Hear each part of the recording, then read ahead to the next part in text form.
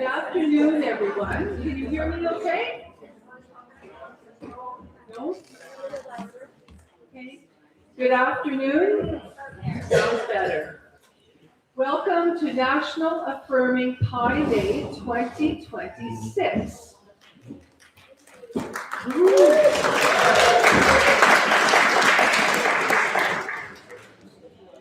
We gathered here today on Treaty 2 lands.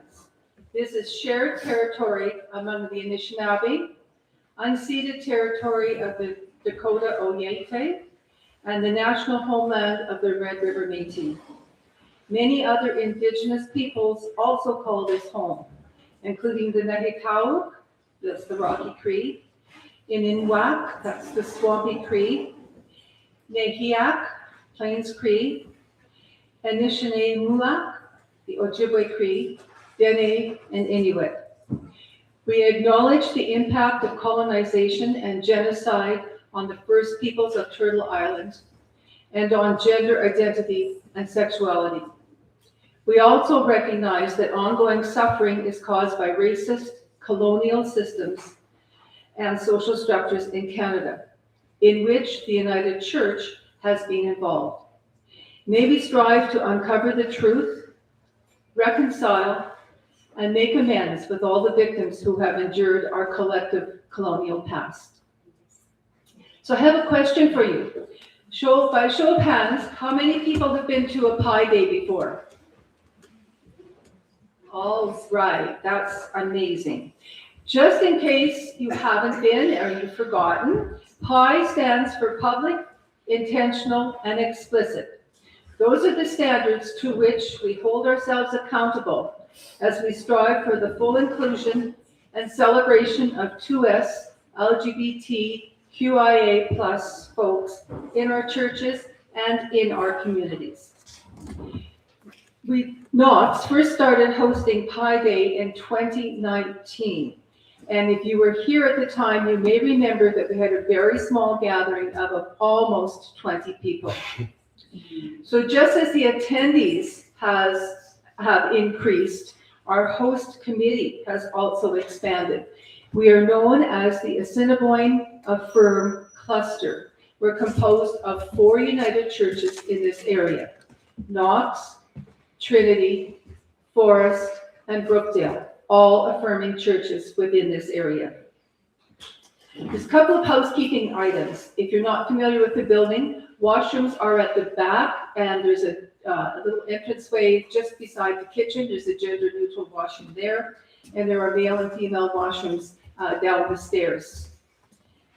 I want to thank, and they're not here, but I want to thank the youth of Knox and Trinity for our decorations.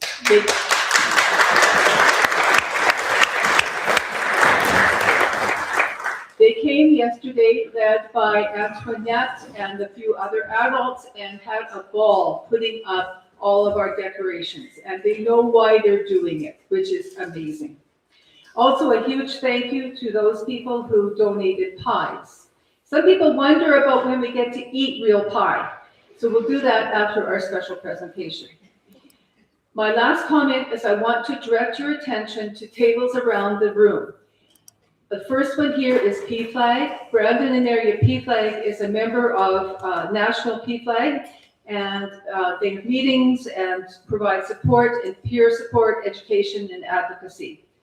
Brandon Pride is beside them. They've been here in Brandon since 2010 and provide a lot of opportunities for education within the community, thinking especially of Pride Week in Brandon in June.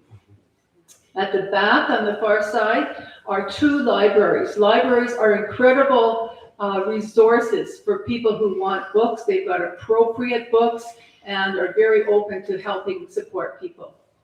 Next to them is CERC, Sexuality Education Resource Center, a true partner for our Affirming cluster, as well as a lot of other organizations within the community. They provide a lot of education, support for younger folks, particularly in the LGBTQIA+ community. And next to them, they're not here today, but Westman Empowerment Fund is a newer organization which aims to break barriers to gender transition for trans and gender diverse people in this area. There are pamphlets on the table there. They just didn't have someone available to be here today, but they wanted to announce that they're starting a new grant intake for name and gender change. So they offer a lot of support to particularly young people who are struggling with the bureaucracy sometimes that they have to go through. And the last table here is Smitten, who is a tremendous support to those of us in the community. They've been around for over 15 years. They're dedicated to education, wellness, and inclusivity, and have a wide range of things like pride flags, accessories, gender-confirming products, and work with the community to make them available to all. So that's the tables. You will have an opportunity to mingle around the tables when we split you into two halves, and half go for pie and half can mingle, and then we'll reverse that. So moving on to the theme this year, it's Crafting Community. I am so pleased to introduce our special guest speaker, Reverend David Cathcart. David was minister here at Knox from 2007 to 2012, before moving back to BC, where he continues to serve United Church there. When we thought about the theme for this year's Pi Day, we almost immediately thought of inviting David to be our guest speaker. And as a bonus for us, David led a workshop downstairs this morning with the 21 people, I believe, in the workshop. So the theme of David's presentation this afternoon is Embracing the Wonky Line and Following Happy Accidents, What Art Taught Me About Creating Community. So, David, on to you. Thank you.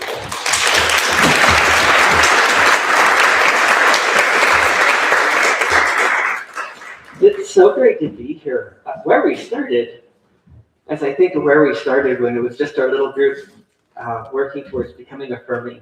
Oh, this is awesome. It's so awesome to see this. I'm going to start with two stories. The community I represent, the United Church of Canada, tends to be very, very invested in buildings.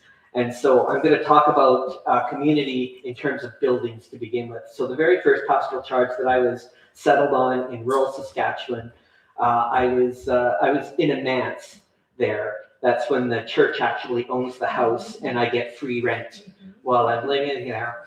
And as soon as I arrived, one of the fellas says, oh, those stairs need to be replaced. So the front stairs coming up into the manse had to be replaced. So they ripped out these concrete stairs. And as they were ripping out the concrete stairs, they realized, you know, the sidewalk coming up to the manse is really potted and, like, you know, it had lots of winter damage over the years. And they hadn't done any work on this part of the manse for 50 years since they built it. So they decided they better rip off that little bit of sidewalk and pour some new concrete so that the new minister wouldn't break his neck first thing that the place freezes. So they started ripping up this concrete, and there was rebar, and in places the concrete was 3 feet deep. They built that thing to last, right? They built that to last for generations. It took 2 weeks. Everyone in town was in consulting on the job, and they tore up the sidewalk. And then when they poured it down, they filled the trench with gravel so that it would drain well. And then it was maybe 4 inches of concrete that got poured down. The other story I want to tell is in my current pastoral charge. Over the COVID crisis, we had what we called the heat domes, which meant that it went up to 40 degrees above zero, and it stayed there for a week, which is absolutely obscene in the Lower Mainland. And it did not cool at night. It was hot. When I returned to the church, we have this stained glass window at the front of the sanctuary that has a cross in the middle of it. And it was months later that I actually noticed. It's kind of like the stained glass that's still in the building here, where it's just all very clean, geometric lines, and the seams between the paint had folded, and so the window is buckling in. And so I noticed this, and I had visions of it going during worship, right? Everybody having glass shards in their necks. And so we called in a specialist, and the specialist looks at the stained glass window and says, she looked at it 5 seconds, and she says, oh, it was never meant to last this long. There's no rebar in it. It was just never meant to last 60 years. It was meant to last 40, 50 years. And the congregation had a plan, and the plan has taken longer than it had intended. This building was here for as long as it needed to be here, and then it was going to get torn down, and they were going to build something else. That was the mentality that they had. So where I want to start as I'm talking about community is that I don't think we're building things, I think we need to not be building things to last right now. I think right now we're building, and I don't mean just buildings, I mean even communities. We're building vessels that get us from where we are to the next thing. That's what we're building right now. And when we're building communities that are going to get us from where we are to the next thing. And when the communities don't last any longer, that's okay. They did what they needed to do. They got us here. And then we're going to build something else, and it's going to take us to the next thing. And then we'll build something else, and it'll take us to the next thing. And there will be things that stay with us, and there will be things that we let go. That stained glass one day is going to go. We have no choice about that. But it got us to where we are. So I'm going to leave you with that as I do what I'm going to do here. When Craig invited me, I said, I would love to just share something that I love with you. So that's what I'm going to do now. 2017, my grandmother died. I was cleaning out her room, and she had very little left at this point. She'd, gotten rid of everything. Nothing was important anymore.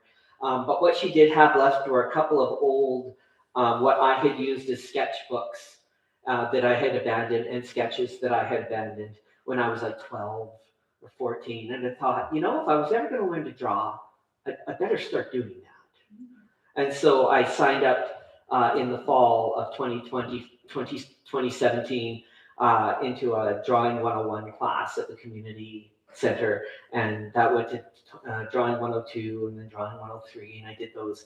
And then there was a workshop at a local art supply store for watercolor, and it was essentially like an infomercial to sell you very expensive art products, and it worked.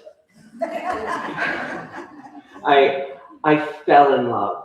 I just absolutely fell in love with what watercolor and painted. And then I realized that this watercolor stuff was teaching me things about ministry and being in community and being a leader in community. And so I'm going to show you some watercolor stuff, and then I'll talk about what I've taken from that. So you might be bored to death for the next 20 minutes as I do some painting. I apologize, but that's what I'm going to do. So that for the people who are good and behaved until the end, there are lots of doodles that I've done at the front here. At the end, you're welcome to take a look, and if you see anything you like, please take it. If you want to make a card out of it, or stick it on a wall, or give it away, whatever, you're welcome to it. And that is if you stick to the end.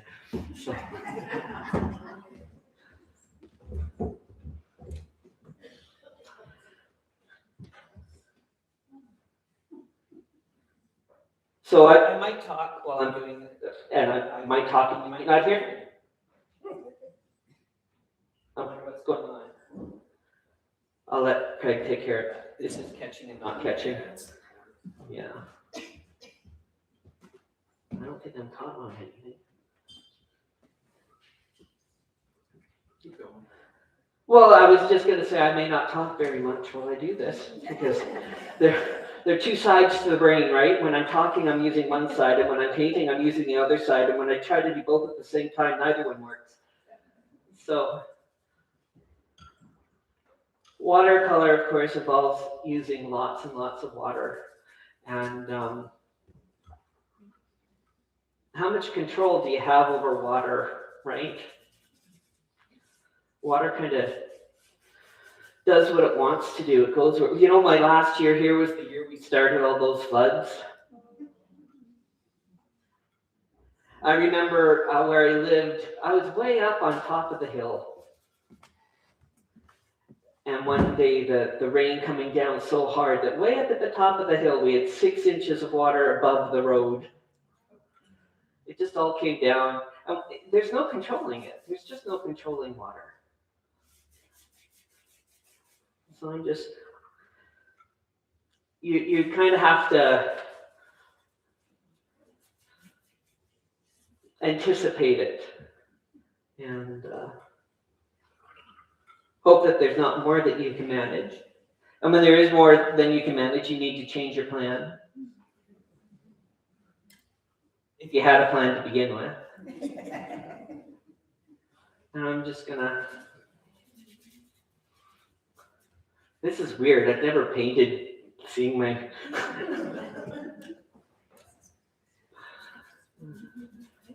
and this isn't nearly as wet as I want it to be. I'm wondering, where did I put my little spray bottle?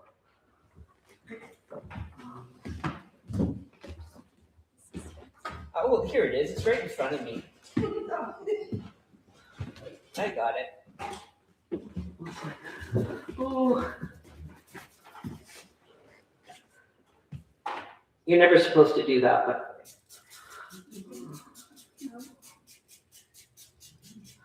this is way too dry.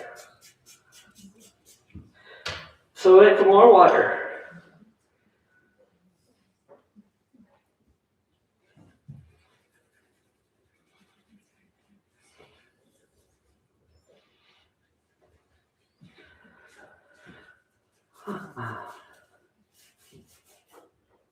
We make jokes about sitting and watching paint dry. But actually, you know, it can be okay to just sit and watch paint, watch it, watch the, can you see anything up there at all? Not really, not a whole lot. That's unfortunate. But just gonna let that. I want to look on the bottom here. Maybe a little bit of the yellow.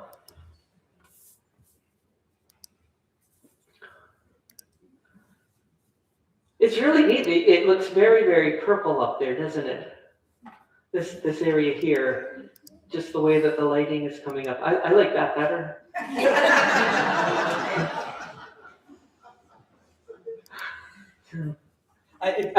Caroline was saying, yeah, if you don't like your painting when you're done with it, just take a picture of it and look at it in the picture. And yeah, sometimes it's a change of perspective, right? Change of lighting, a change of framing. Changing the frame, it makes all the difference in the world. So I'm actually gonna do almost exactly, I think, the same thing over here today. So in the morning, I get up, I make my coffee.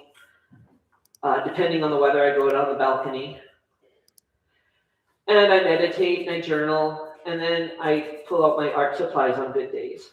And I spend about, maybe, depends on the day. It can be 15 minutes, it can be 30 minutes. And I'll do this, what I'm doing here. Usually working half the size. I'm working this big for you. And that one of the things you learn about watercolor, and this was hard for me to learn, is that everything you learn on the big scale, you can take down to the little scale. But when you learn everything on the little scale, which is pretty much how I've learned it, when you learn everything on the little scale, you can't blow it up. It doesn't, you don't upscale as easy. So sometimes the big stuff teaches us more than the little stuff.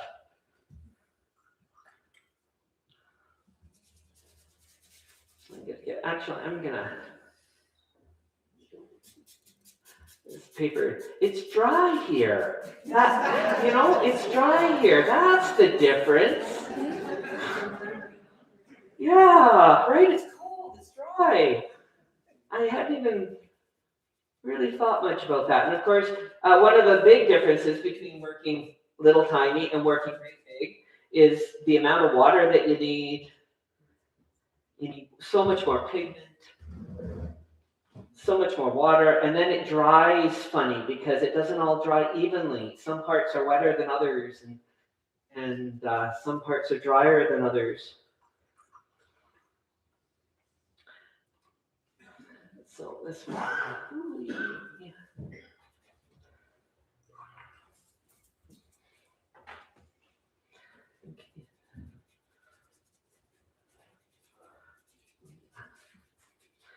And I want more water.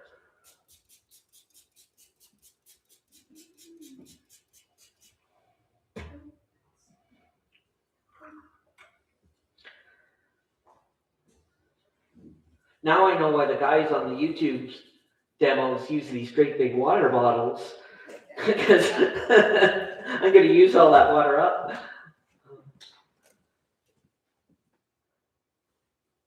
So I'm experiencing a happy accident at the moment. I'm kind of liking something here that I didn't anticipate. I'm going to see if I can encourage it a little bit. Yeah, don't want those drips.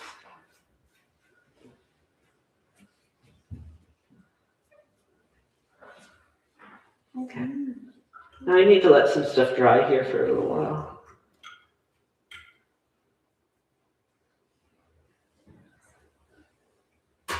So Lydia was downstairs with us, and I was talking to her about how painting, the worst thing I can do is worry the paper. Because when you take a brush and water and you start rubbing the paper, what's going to happen to the paper? They're going to put holes in it. Now, this is really good paper. Carolyn will be happy to tell you how expensive I am. It's really good paper. It's going to put up with a lot of abuse, but if you worry the paper, it's going to become icky and ucky, and so it's really great to just kind of get some color on there and then leave it alone, and get some water on there and leave it alone, and watch it dry for a bit, and see I'm going to come in here with a little bit more water.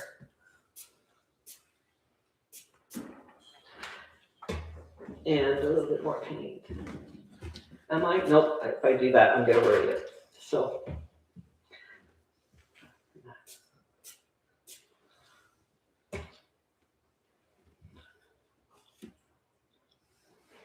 don't worry it. Don't worry it, because you worry it, you'll just make it worse. And oh my goodness, the time I spent trying to fix something that wasn't the way I wanted it to be.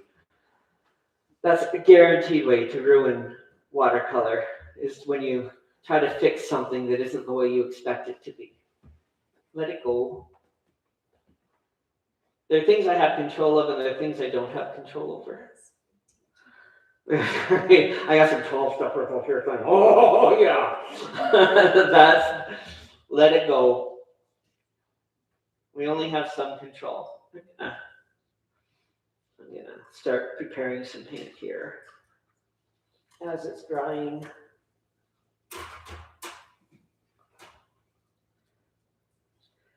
What am I doing here?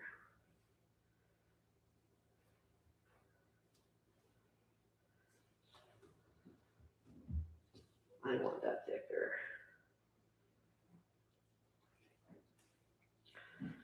No. Let's do this. Let's see what happens.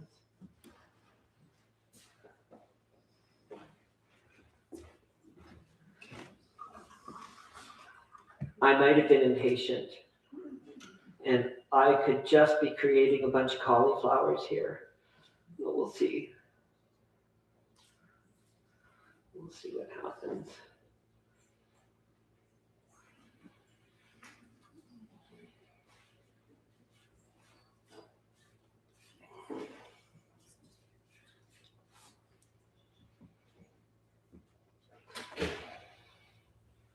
That's okay.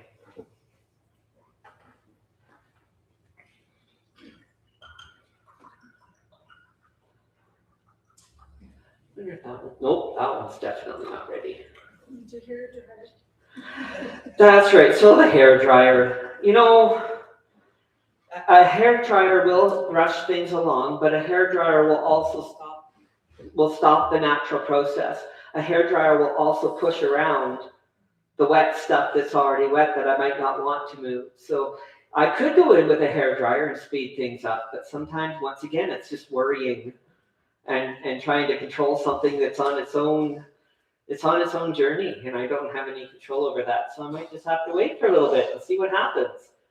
And So can we throw questions at you? sure, yeah. So when you started, did you have something in mind that you were wanting to create, or how did you pick your colors? Can you repeat the question, David? So the question was, did I have something in mind, and how do I pick my colors? And one answer is I have no idea. And one is I had this in front of me, but I've already gone a long way away from it. I had some idea, and maybe I'll get closer to that on the next one if I let it dry. But I need to let it dry longer. I need to be more patient. And so most mornings, I'll have seasons when I want to do skies. So I'll just spend a lot of time doing skies and maybe a little bit of stuff up front to turn it into a painting instead of just sky. And other mornings, you know, it's coming up spring in where I am. there were trees and blooms back home. So when I get back home, I'm probably going to start switching into more of a spring palette and just start playing more with color and playing with, and so you'll see, like, there'll be a whole bunch of paintings that they all look very similar, and that's because for 2 weeks I did this, and then another 2 weeks I was trying another thing. I live in Port Coquitlam, and I look south. I'm on the 4th floor of the condo that I'm in, and I can just see what we call Mary Hill in the south, and I can see, you know, I used to think that I was looking at this wild forest on Mary Hill, and then when I started painting it, I started realizing, wait a minute, there's a pattern to those trees. And I was painting hedges.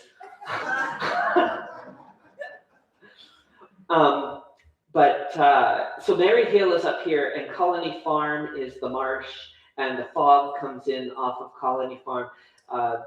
Pitt River and Coquitlam River are tidal rivers. So that means that when the tide comes in, it pushes right up into Pitt Lake and way up the Fraser River. And it brings all of everything that comes with it. The seagulls come in, and the mists, and so I get to watch the mists playing on Mary Hill, which is really, you start to realize, oh, it's not just a flat wall of trees. It actually does go up like this, because you can see the mists weaving in out between the trees. And I sit there and I notice.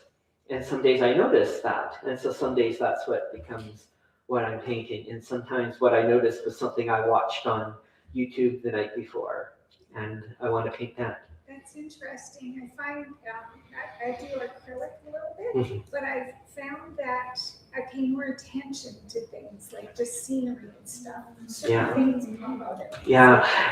So when I start painting something, I realize I get partway to painting and realize I have no idea what that looks like. And so I have to go back and look again. And then I come back and I start painting and realize, oh, I can't remember what it looks like. I knew what it looks like, and I have to keep going back, because there's something more to be noticed, something more to be seen. Yeah.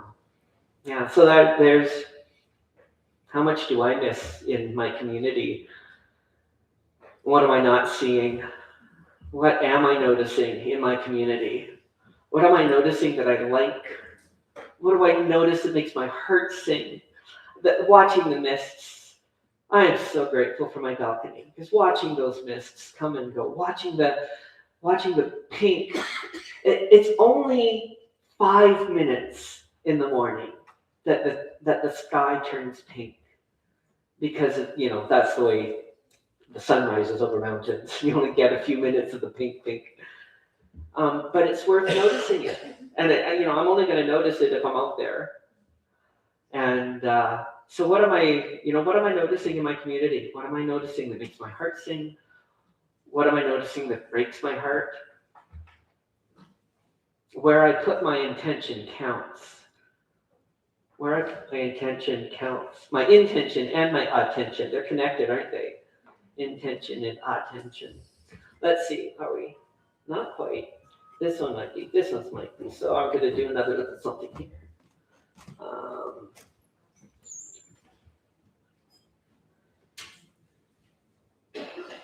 Let's take another brush.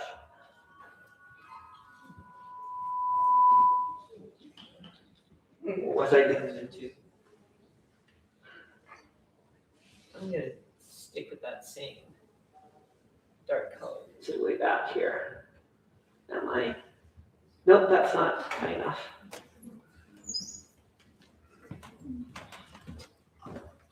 I'm gonna be more patient. Because it's wetter than I thought. So that's the problem. Changing scale. When you're working this scale, it dries almost as fast as you're painting it. When I'm painting this scale, it's going to take longer for it to dry. So I'm going to wait a little bit longer. So I've said something about noticing things that give me life and things that take life away from me. Where am I going to put my attention? I've learned, so I feel like I'm with a congregation that is thriving in the midst of diminishment. We're in a we want desperately, I hope we want desperately to be in a post-colonial community. And I don't entirely know what post-colonial community looks like because I've never lived in a non-colonial, I've never lived in a non-colonial community. I'm sitting here speaking English to a room full of people from all over the world. The fact that we're all speaking English, that we all write English, that we all read English, that's a colonial reality. We wouldn't be able to do that if somebody didn't say, this is how you, if you didn't have somebody snapping your fingers when you were drawing that A wrong, right? If you didn't have somebody telling you that you're not writing right. That's a colonial, we're all going to do it the same. We're all going to do it the way that whoever it is up there that tells us we're going to do it. That's a colonial reality. So what does a post-colonial reality even look like? So I got to listen. I got to notice. And I've got to be me. The things that kill me are often the things that come from my colonial education, not the stuff that comes from me being me. Because it was a colonial community that told me who I could like and who I couldn't like, how I could dress and how I couldn't dress, how it was okay for me to express myself. So we need to live into that post-colonial, but I don't even know what that looks like. So where is post-colonialism being lived out in my community? Where are people really being who they are and insisting that they're not going to bow, they're not going to bow to the colonial power. I need to keep noticing. And listening for the singing heart. Listening for that singing heart and the connection. That there is so much in our world that is so inhumane right now. And so where do I see humanity? Where do I see, where are we clinging? Nobody else, I was just saying, nobody else is going to cling to my humanity for me. I have to cling to my humanity. you have to cling to your humanity, and we need to be humane together. So, my approach to scripture, if you're not reading it through the lens of love your neighbor as yourself, then you're not reading scripture. Because everything in scripture is about how do we live in community together. Old Testament, New Testament. The reason we have covenant laws is because this is how we live together. This is how we get along. This was how they got along 3,000 years ago. How do we get along? How do we build community so that we can be building each other up and embracing one another? And like, what a world it would be if we lived in a world where every individual flourished. That makes my heart sing, and this makes me flourish. This is doing something that you fall in love with. Do it. If you love doing it, please. But have patience.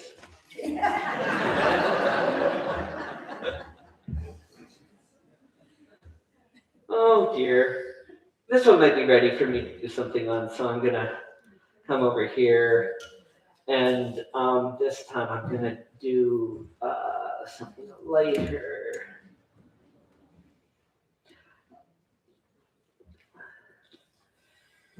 And this time I'm gonna do a little. Let's do a little. Ooh. Oh, I don't like that shape. Change that shape. Okay.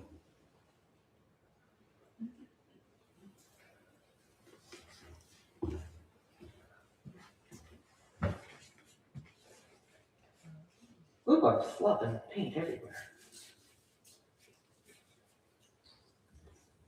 Let's see if I can do that over here. Or I might, so I'm not supposed to do this. Nope, I'm not. Nope. So David, it's almost like the painting is creating itself, and we're just being present to see where it's going to go, or where it's going to take. If I behave myself, the watercolor does most of the work. And so for the community leaders out there, if we behave ourselves, Well, that's no fun. if we behave ourselves, I think the community will do the most of the work. But I'm still watching and I'm still waiting. I'm making decisions. I'm making choices. It's not laissez-faire. And as Carrie Lynn will point out, we spend a lot of time talking about art supplies and setting up, and there was a lot of energy and a lot of money put into having the resources, right? And investing our resources in the things that were going to sustain the practice. I always have, there's always a stack of watercolor sketchbooks ready for me to, when I finish one, there's another one for me to open up again. And when I run out of the tube of paint, I go and replace the tube of paint. And when brush is starting to frustrate me because it's getting disheveled, I replace the brush. I make sure that I have the resources that I need so that I can do what I'm doing. I want to encourage the water. Encourage the water, maybe. Yeah. I can remove water, right? I can take a dry brush, I can dry it out, and I can suck up a whole lot of water into a dry brush real quick, just like taking a tissue to it. So you can have a little bit of control over the water. And I didn't do this for you guys, but I did a little bit downstairs of just getting lots of water on the page and pouring it around and watching the water do what the water does. And you get beautiful, really beautiful mixes of colors, and the water becomes very, very transparent then. And you can see this light through it that just shines through. But once again, you're letting the water and the pigment do most of the work. I'm just tipping and enjoying the flow and making sure I make less of a mess than the poor Karens had to clean up downstairs. Yeah. If there are any other questions, you're welcome to ask questions. And wait a little bit Can I longer. ask, how is it for you being back and being in the space again? It's lots of things. It's lots of things. It's wonderful. It's great to see people. Hi, Norma. It's great to see people. It's really great to see the people again. And this amazes me. The Affirming Ministries. We were at Assiniboine Presbytery began when I was chair Presbytery. We began the process, and then look at the folks stepping up. That's so awesome to see. Somebody was just telling me about making sure that their students wrote their name and date their paintings, so that when you look back, you can see the progress that you've made. And I'm back here 14 years later, and here's the progress y'all have made. It's awesome. I had no control over that. But I think I threw some paint on the page. I got to throw some paint on the page. Oh, wow. I got to participate in doing good work. And we need to celebrate that, especially at the time of diminishment. We need to celebrate the successes. We need to celebrate the hoorays, because it is a time of diminishment. And don't you dare think that you're the one that's going to survive. You don't know. You just don't know. We don't know who's going to be out the other end of this thing. We have no idea. We're just going to be there for each other all the way. We're just going to constantly be there for other, making beautiful things and holding each other up and loving our neighbors, making sure that the most vulnerable among us are being cared for. We're just going to keep doing that. We don't know who's going to be left standing at the end. We don't. God is gracious and hard. It is death and resurrection, not just resurrection. So we're just going to keep putting one foot in front of the other, loving each other, building community, making each other as safe and brave as we can, having patience.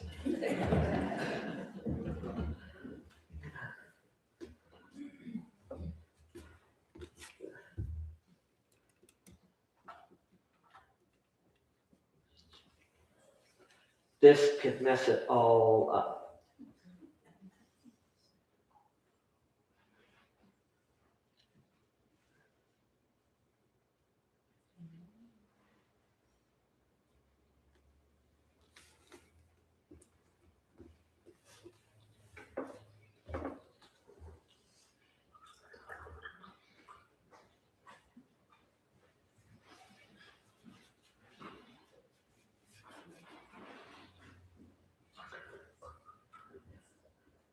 And then we get patient again. Wonder what this one's doing.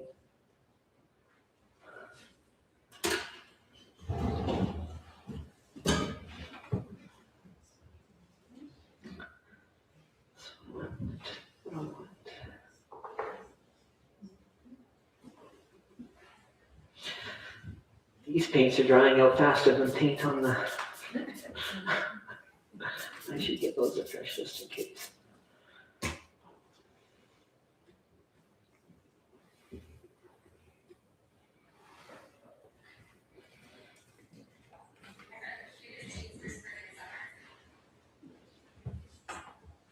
Let's be dear.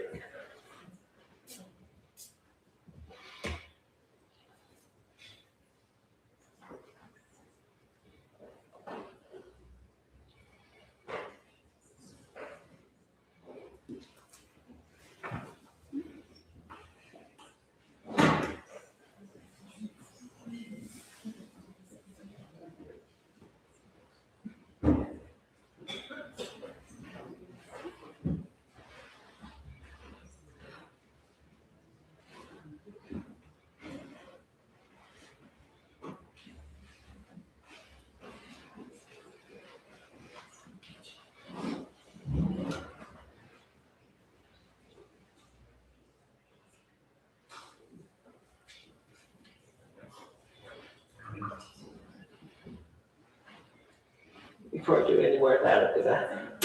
So anybody else have a question or observation or?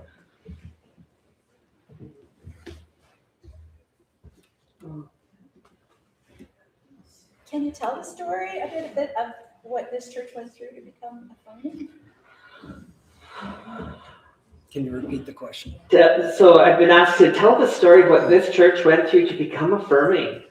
It just feels like a huge question. I hardly know where to begin. So I'm not the best person to tell the story because I was a resource. I wasn't the driver of that process at all. You had a great team here.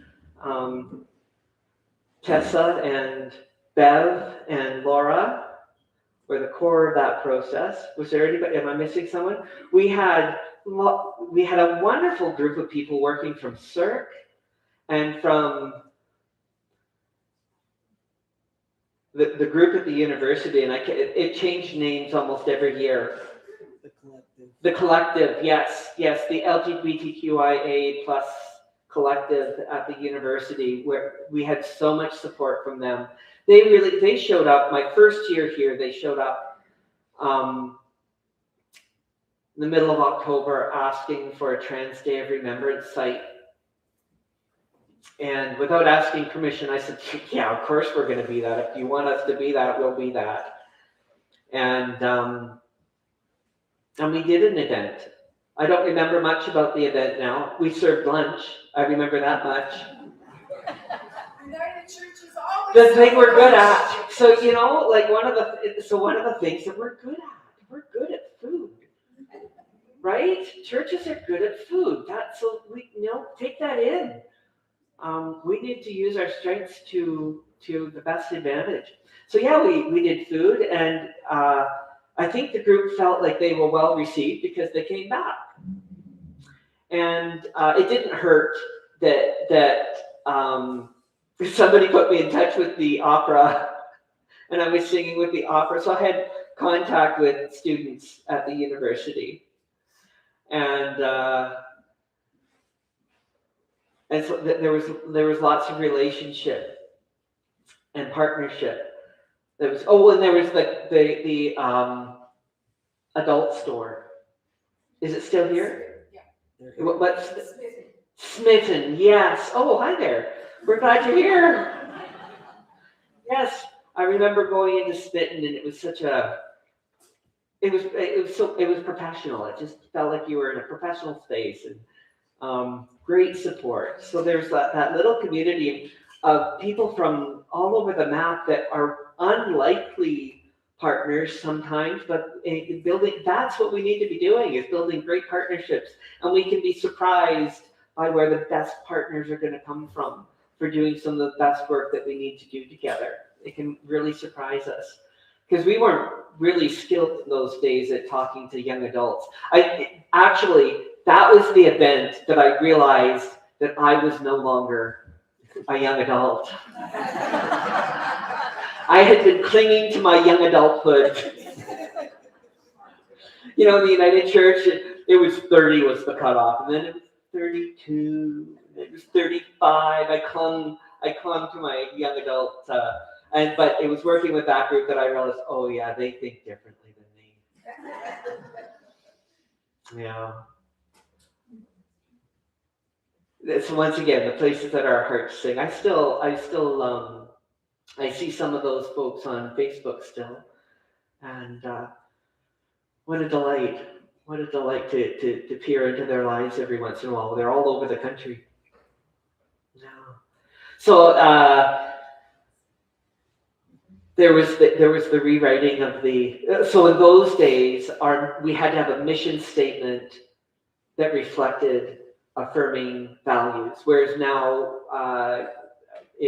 more often than not, it's a value statement, and then your mission statement, you don't have to mess with that, because that's the 3-foot concrete that got poured in the 80s. that shall attack at thy peril. But we figured out ways to make that work. So we do value statements. We have So how often do you read your mission statement now? Oh. At least once a year. Once a year. Okay. Congregational meeting.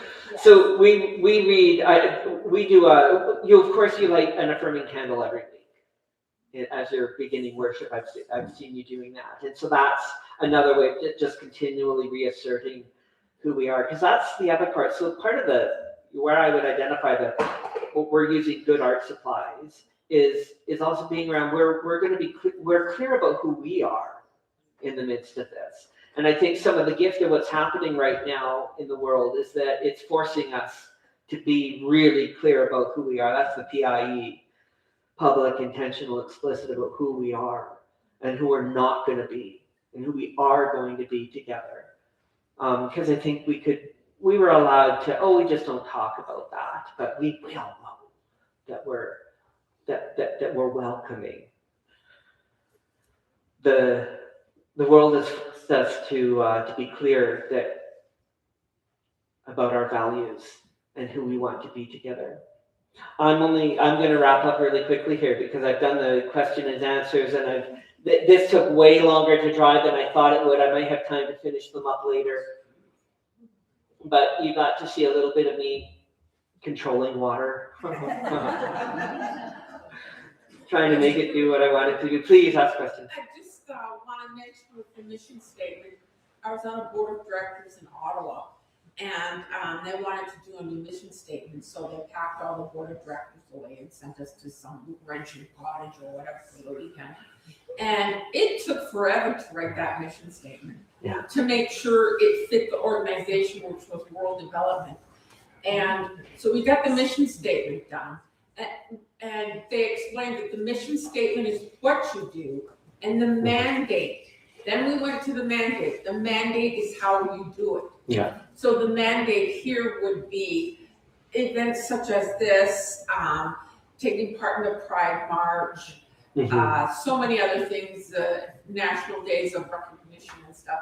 But I learned a lot at that workshop.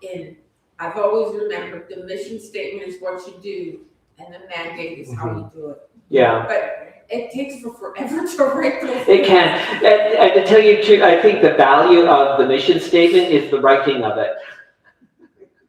Right? And once you've written it, it starts to lose its value almost immediately, because it's the process of having the hard conversations. Yes. It's the hard conversations that get us to that statement. And it's, we're in the United Church. It is very rare that I have watched us do anything democratically in the United Church where we throw out a motion, we vote on it, and the yeas have it. Most of the time, in my experience in the United Church, we spend 5 hours arguing about every dot and tittle in the motion, so that when we get to calling the motion, everybody's ready to say yes. That's not democracy. That's actually a form of consensus, which is a lot harder work, but it's more effective in the long run. And I think we're discovering that.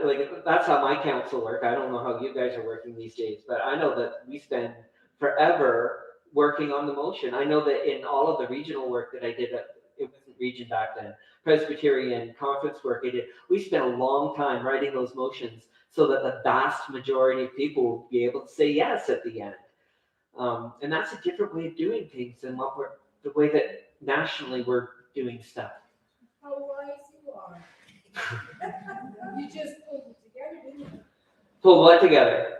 What did you say? You said, don't worry the paper. Be patient. Don't worry the paper. You make a hole and you can't do anything with the holes. Very wise here. That's just what you said just now. Yeah. To Lydia this morning, I said, you put the paint on and leave it alone. You put the water on, you leave it alone. Leave it alone. Yeah, there's a lot of, and patient. It's painful patience sometimes. If you would all just do what I told you, it'd be done like this. But you wouldn't be convinced. You wouldn't be convinced. It takes time to turn hearts. Yeah. Thank you so much for welcome. I'm so grateful. I'm hoping that I get to visit. I see some people that I haven't actually gotten to speak to yet that I'm looking forward to saying hello to. Are there any other questions before I take off the mic? Go ahead. What is it gonna be when it's done? Good question. I see a whale on the left.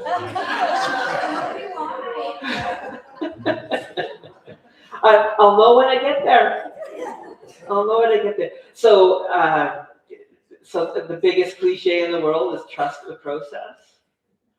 So trusting the process. And I know that when I'm writing the message, when I'm doing sermons, I have a process that I have been doing for 23 years now, and I can trust that process, and I do trust that process. And if I stick to that process, I do not have to worry something will be there Sunday morning if I stick to that process. I wish I was as good at other things with trusting the process as I am with that one. That one I've been doing for 30 years. So, yeah, go ahead. How do you know when to quit, when to stop? So the question is, how do you know when to stop? Yeah. Good question. Good question. Yeah, sometimes it's 100 eyes staring at you, and you have nothing left. I brought you as far as I can now. Somebody said that was wise. Good place to start. Stop. And yeah. Thank you.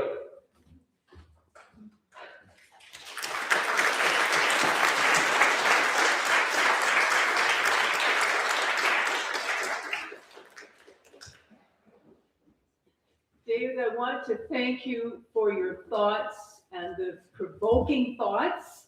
And I just have to share this. When you were talking about where you feel joy, I just want to give you an example. When you look around this room, you see a nicely decorated room. And there's lots of colors and there's meaningful signs on the wall and everything. And at the end of yesterday, when the youth were finished, it's a really nicely decorated room. What gives me joy was watching the young people yesterday come into the auditorium and say, okay, and you say, would you mind? Okay, and the way they do it.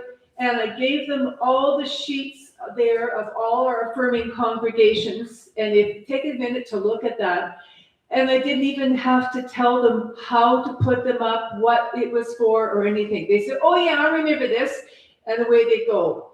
They were having fun, but they knew what they were doing. And they were here voluntarily. I'm sure the pizza and the cake helped.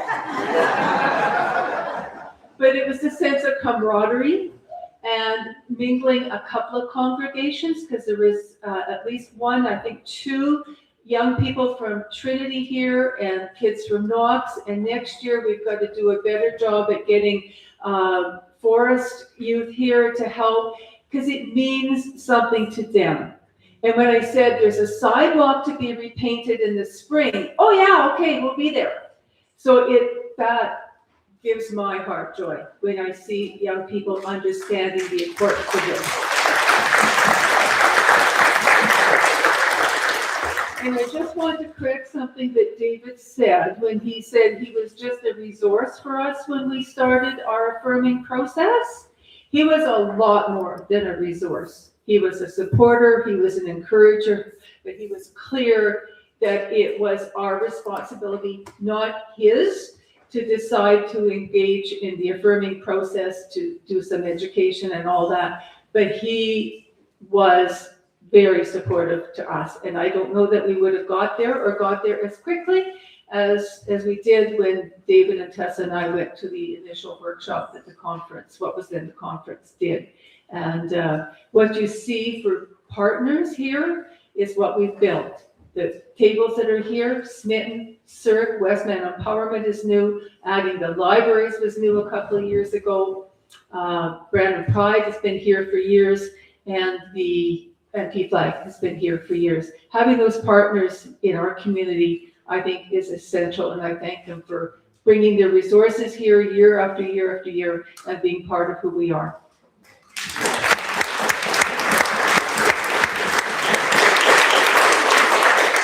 Now we're going to try something really new. We've never done this before. We're going to have a pie auction.